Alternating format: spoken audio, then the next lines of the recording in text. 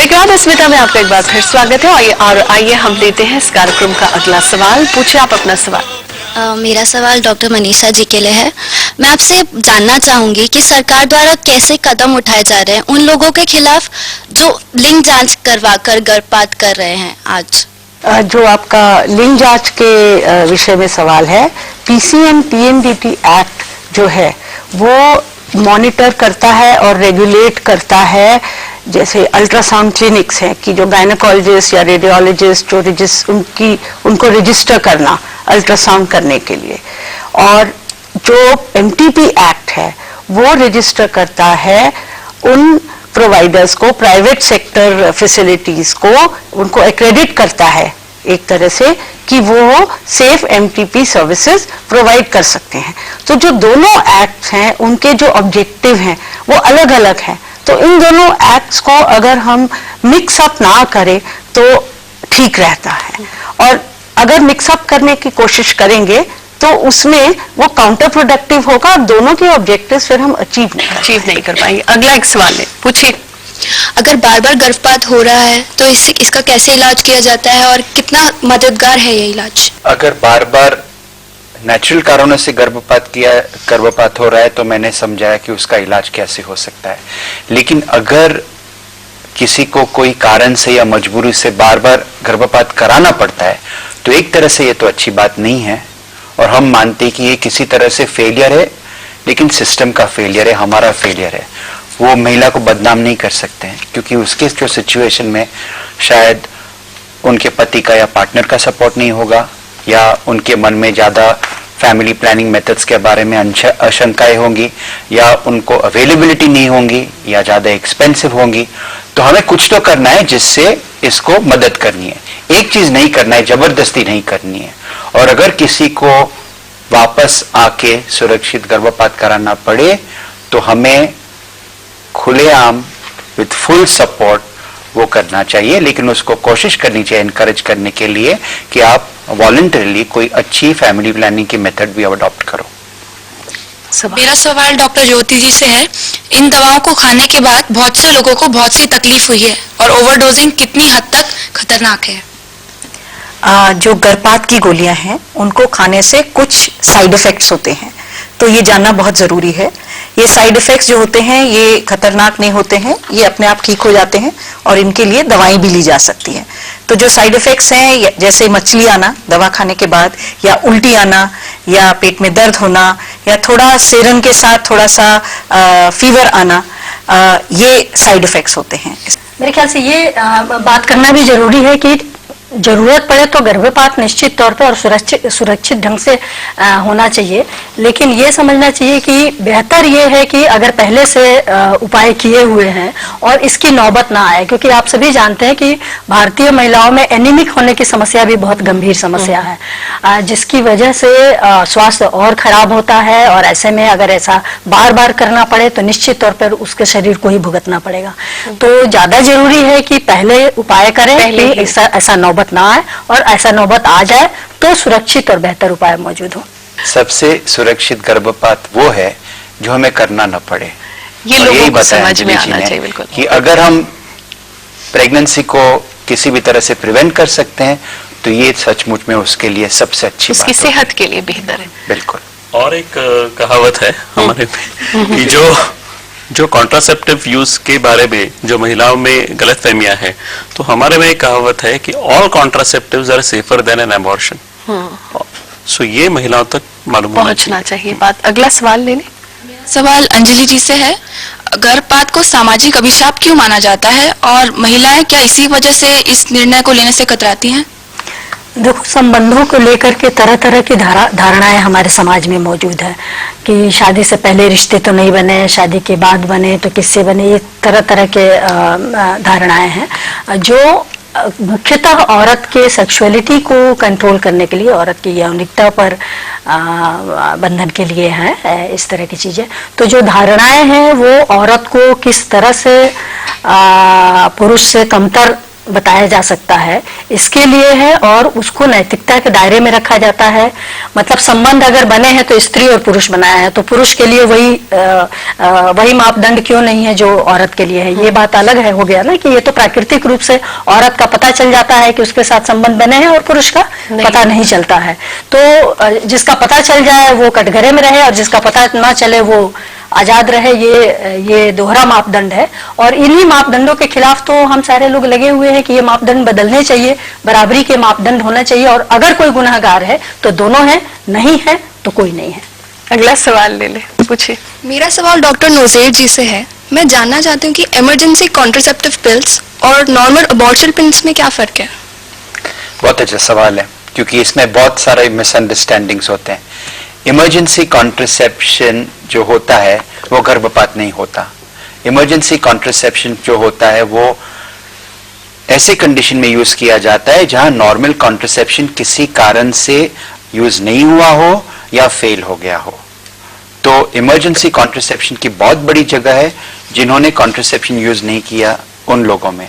लेकिन एक चीज याद रखना चाहिए कि जो नॉर्मल कॉन्ट्रासेप्शन है दैट इज द बेस्ट, क्योंकि वहां पूरे साल में 2% फेलियर की चांसेस होते हैं और इमरजेंसी कॉन्ट्रासेप्शन में हर महीने में 2% फेलियर के चांसेस होते हैं।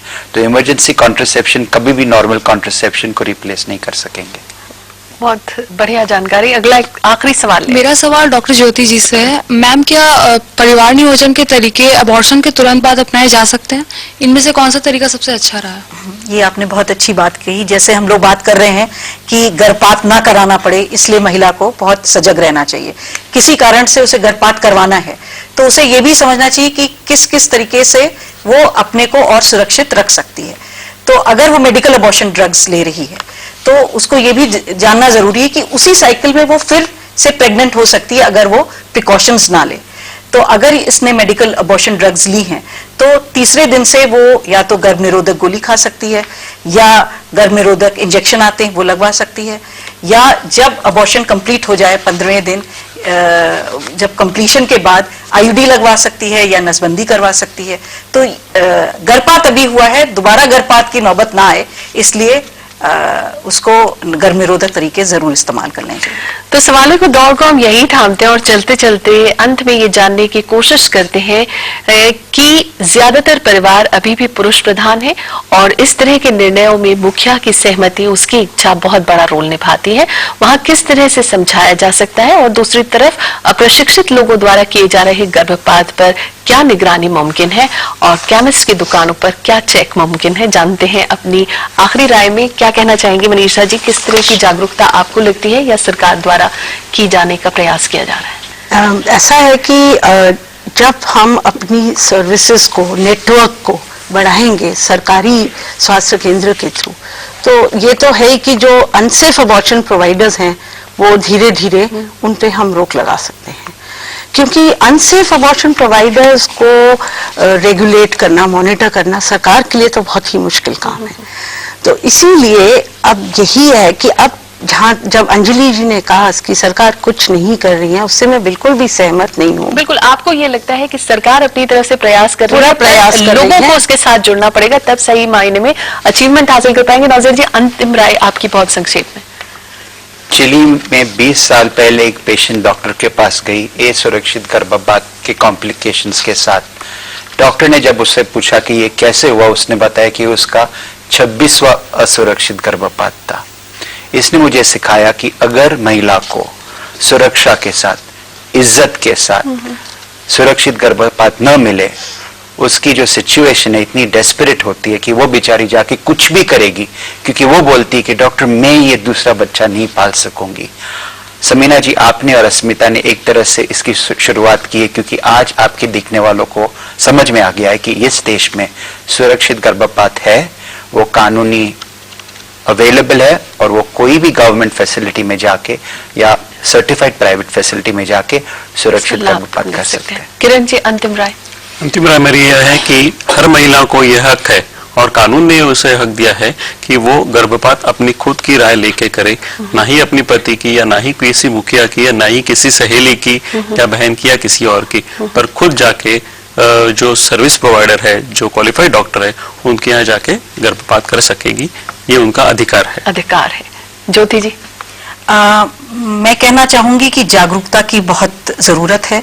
महिलाओं को ये जानना कि गर्भपात लीगल है, केमिस्ट को जानना या ऐसे प्रोवाइडर्स को जानना कि लॉज हैं जिनके अंतर्गत दवाइयाँ दी जाती हैं और ट्रेन प्रोवाइडर्स के पास भेजना चाहिए, ये जागरूकता उनमें। और जितनी जल्दी गर्भ का पता चल जाए उतनी जल्दी, अगर उसे उस महिला को और बच्चे नहीं चाहिए तो गर्भपात के लिए उसको कदम ले लेना चाहिए, तो उतना ही सेफ रहेगा और उतना ही इफेक्टिव होगा। अंजलि जी। सुरक्षित गर्भपात औरत का सबसे पहले ठीक ढंग से उसका अधिकार सुनिश्चित किया जाए। भले ही मुझे लगता है कि सरकारी खजाने में बहुत खजाना होगा, बहुत पैसा होगा, लेकिन ये सभी के सामने है कि ये सुविधाएं उपलब्ध नहीं है। जितनी जनसंख्या पर, जितनी दूरी पर ये सुविधाएं या मान्यता प्राप्त केंद्र उपस्थित होना चाहिए और पूरी सुविधाओं के साथ उपस्थित होना चाहिए, वो नहीं है, वो सुनिश्चित किया जाना चाहिए।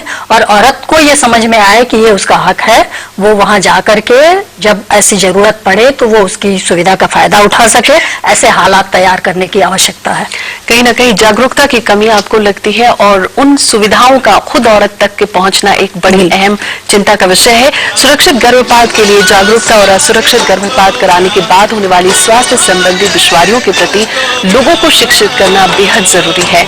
वहीं अनचाहे गर्भ की संख्या में कमी लाना या गर्भ निरोधकों के प्रयोग के बारे में आमजनों को जागरूक करना जरूरी है। सरकार के साथ साथ गैर सरकारी क्षेत्र में इसकी उपलब्धता महिला की पहुंच के अंदर होनी चाहिए ताकि लापरवाही के चलते उसकी जान को बचाया जा सके। वहीं लड़का और लड़की एक समान है, बेटियों को भी दुनिया में आने का, उसे देखने का पूरा मौका देना चाहिए क्योंकि वो जननी है और दुनिया उनके दम से रोशन है। किसी ने क्या खूब कहा है कि हम हैं तो पायल की छनाछन भी रहेगी, हम हैं तो घनघोर घटाएं भी रहेंगी, आमों पे पपीहों की सदाएं भी रहेंगी, झूलों पे हसीनों की अदाएं भी रहेंगी। मैं अपने सभी पैनलिस्ट का बहुत बहुत शुक्रिया अदा करती हूँ कि वो यहाँ आए और इस चर्चा का हिस्सा बने। आपका बहुत बहुत शुक्रिया। ऑडियंस का भी शुक्रिया कि आपने बहुत अच्छे सवालों का दौर जारी रखा। आप भी आ सकते हैं अस्मिता में, कीजिए हमें ईमेल। हमारा ईमेल आईडी है asmita.lstv@gmail.com। और कौन कौन से विषय आप इस कार्यक्रम के माध्यम से देखना चाहते हैं हमें जरूर रखें, हम आपकी ईमेल का इंतजार करेंगे। इसी के साथ मैं समीना अपनी पूरी टीम के साथ आपसे लेती हूँ इजाजत। फिर मिलेंगे एक और नए विषय के साथ, तब तक के लिए नमस्कार।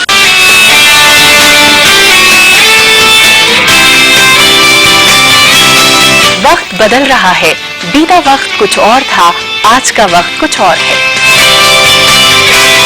हम लोगों ने पैराट्रूपिंग की है, माउंटेनियरिंग की है, हम लोग शूटिंग करते हैं,